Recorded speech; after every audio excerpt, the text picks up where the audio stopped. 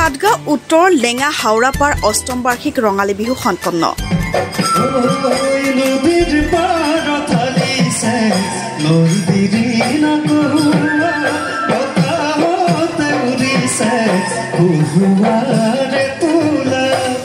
অগ্নিশিখা সাংস্কৃতিক গোষ্ঠীৰ দ্বাৰা বাৰেৰহণীয়া সাংস্কৃতিক নৃত্য পৰিৱেশন।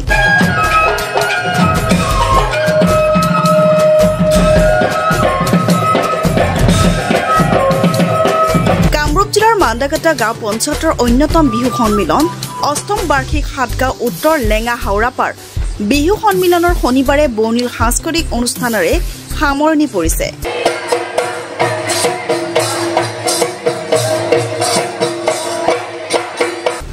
লোকে লোকাৰণ্য হৈ পৰে হাটগাঁও উত্তৰ লেঙা হাওৰাপাৰ ৰঙালী বিহু সন্মিলন। হাটগাঁও উত্তৰ লেঙা হাওৰাপাৰ বিহু সন্মিলনৰ সভাপতি বসন্ত কাকতিয়ে জনোৱা অনুসৰি ৰাতিপুৱা বিহুৰ পতাকা উত্তোলনেৰে আৰম্ভ কৰা বিহু সন্মিলনত শ্বহীদ তৰ্পণ, বৃক্ষৰোপণ, স্বচ্ছ অভিযান, খেল ধেমালি প্ৰতিযোগিতা অনুষ্ঠিত কৰা হৈছে। সমাজকৰ্মী লক্ষীধৰ ডেকাই সাংস্কৃতিক মঞ্চ উদ্বোধন কৰাৰ পিছতে অগ্নিশিখা সাংস্কৃতিক গোষ্ঠীৰ দ্বাৰা বাৰেৰহণীয়া সাংস্কৃতিক নৃত্য পৰিৱেশন কৰা হয়। লগতে জেং বিহু, বিহু হুঁচৰি আদি পৰিৱেশন কৰা হৈছে।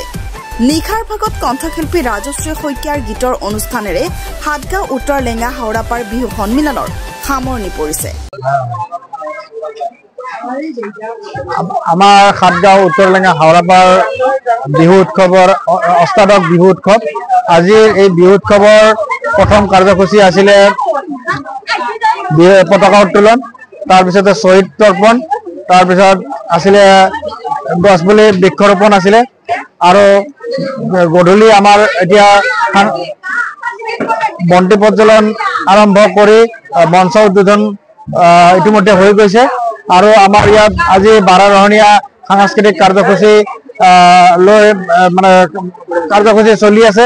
আৰু আজিৰ বিশেষ আকৰ্ষণ হৈছে ৰাজশ্ৰী শইকীয়াৰ গীতৰ খৰাই। হয়, আমি হাটগাঁও উত্তৰ লেঙা হাওৰাপাৰ যুৱক যুৱতীসকলে বিগত বছৰৰ দৰে এইবেলিও আমি ৰঙালী বিহু উদযাপন কৰিছো।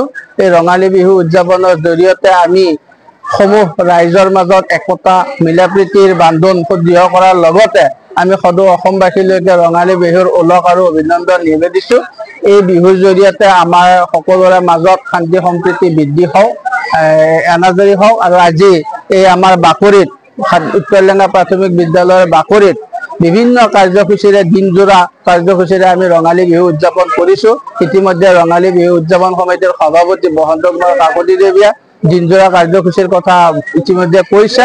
গতিকে এনে বিভিন্ন কাৰ্যসূচীৰ জৰিয়তে আজিৰ দিনটো অতি উলহ মালহেৰে আগবাঢ়ি গৈছে।